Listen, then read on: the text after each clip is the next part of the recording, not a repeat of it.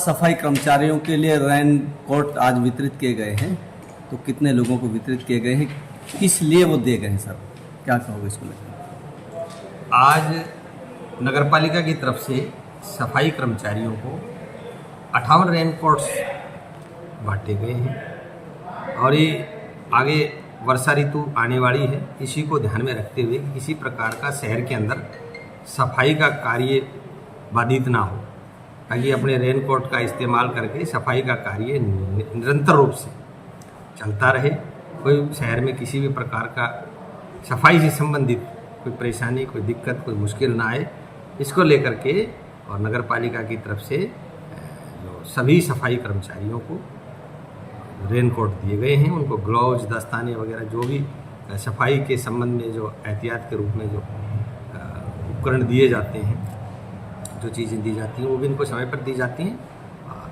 यही जो है वर्षा ऋतु को ध्यान में रखते हुए आज उनको रेन कोट दिए गए। शहर के नाले जो है सर, वो जो है ब्लॉक हो रखे हैं, उसको लेकर क्या डायरेक्शन दी गई है? शहर के नाले हैं, सीवरेज सिस्टम है, उसके संबंध में पिछले 1 महीने से लगातार निरंतर रूप से कार्य चल रहा है और मैं स्वयं भी मौका समय समय पर देखता रहता हूँ।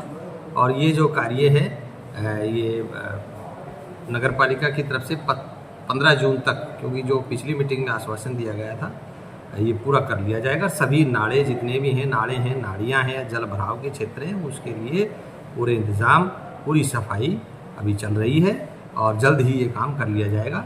ऐसा जो है मैं इस बारे में आश्वस्त हूँ, क्योंकि मैं स्वयं भी मौका मुआयना करता रहता हूँ। कल भी मैंने ये स्वयं देखा है। जी सर, शहर फिरोजपुर झिरका की अगर हम बात करें कि हम बंदरों का आतंक बहुत ज़्यादा है, तो इसका क्या समाधान सर हो सकता है कि लगातार लोगों पर हमला कर देते हैं? हाँ, बंदरों की संख्या शहर में बहुत ज़्यादा बढ़ चुकी है। इनका एक तो समाधान है कि दूसरे किसी जो बड़े जंगल हैं उनमें इनको पकड़कर छोड़ा जाए। दूसरा जो है इनका कोई बड़े लेवल पर ही इसका समाधान हो सकता है, जैसे बंधियाकरण है, क्योंकि जो बंदर वगैरह हैं उनकी प्रजनन दर बहुत ज़्यादा है कि हर 3 महीने बाद ही जो है बच्चे पैदा करते हैं। इससे तो बड़ी संख्या में ये यहाँ की समस्या नहीं है, प्रत्येक शहर की, छोटे शहर की, यहाँ तक कि आजकल तो गाँव में भी बड़ी संख्या में हो गए हैं। तो इसका जो है कोई बड़े लेवल पर इसका कोई ना कोई सॉल्यूशन ढूंढा जाए, ताकि जो है, अब फिलहाल तो हम इतना ही कर सकते हैं कि इनको पकड़ करके दूसरे जंगल हैं उनमें छोड़ा जाए इनको। तो इस संबंध में नगरपालिका की तरफ से कार्रवाई जारी है और गाँव से भी हमने इस बारे में जो हिफाजत के लिए पत्र लिखा हुआ है। सरपंच अपने स्तर पर बंदर हैं, कुत्ते हैं, क्योंकि कुत्तों के काटने के भी बहुत से केस सामने आ रहे हैं, इनकी संख्या भी बहुत ज़्यादा बढ़ चुकी है। और दूसरे जो है आवारा पशु हैं, ये भी बहुत ज़्यादा हो चुके हैं। तो आवारा पशुओं को पकड़ करके और गौशाला में भिजवाया जाए, इस बारे में हमने पत्र भी निकाला है और जो है भविष्य में भी जो भी आवश्यकता होगी उसके अनुसार हम कार्य करते रहें। सर, ऐसे दुकानदारों के लिए सर क्या कहना चाहते हैं कि जो लोग वही पॉलीथीनों को नाले में डाल देते हैं? उन दुकानदारों को मैं ये कहना चाहता हूँ कि पहली बात तो वो अपने दुकान के बाहर अपने डस्टबिन रखें, उसके अंदर अपना थैली है, पॉलीथीन है, जो भी वेस्टेज है उसको उसमें डालें। नाले के अंदर किसी भी प्रकार से पॉलीथीन, थैली जो जल्दी से गलने वाले चीज़ें नहीं हैं उनको नाली में नहीं डालना चाहिए।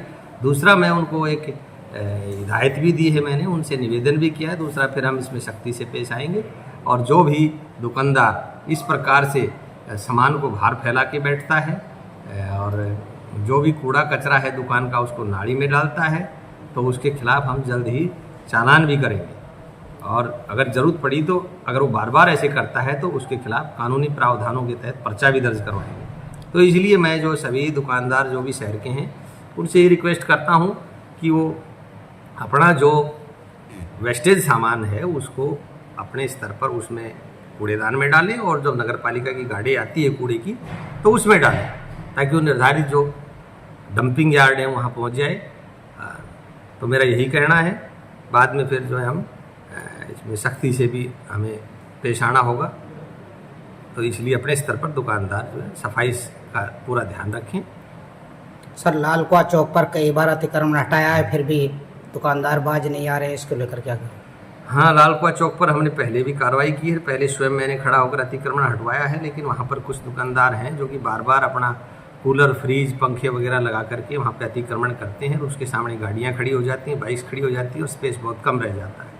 तो इसलिए आज भी मैंने उनको सख्ती से बोला है, आज उनके लिए नोटिस एक तैयार कर दिया गया है, उनको नोटिस दिया जाएगा। और ऐसे सभी दुकानदारों को जो पूरे शहर के अंदर जो सामान को दूर तक फैला करके रास्ता बाधित करते हैं, उन सभी को नोटिस दिया जाएगा और फिर उसके बाद नगर पालिका की तरफ से उनके चालान काटे जाएंगे। अगर फिर भी वो नहीं मानता है तो फिर उनके खिलाफ पर्चा दर्ज करवा कर कानूनी कार्रवाई की जाएगी।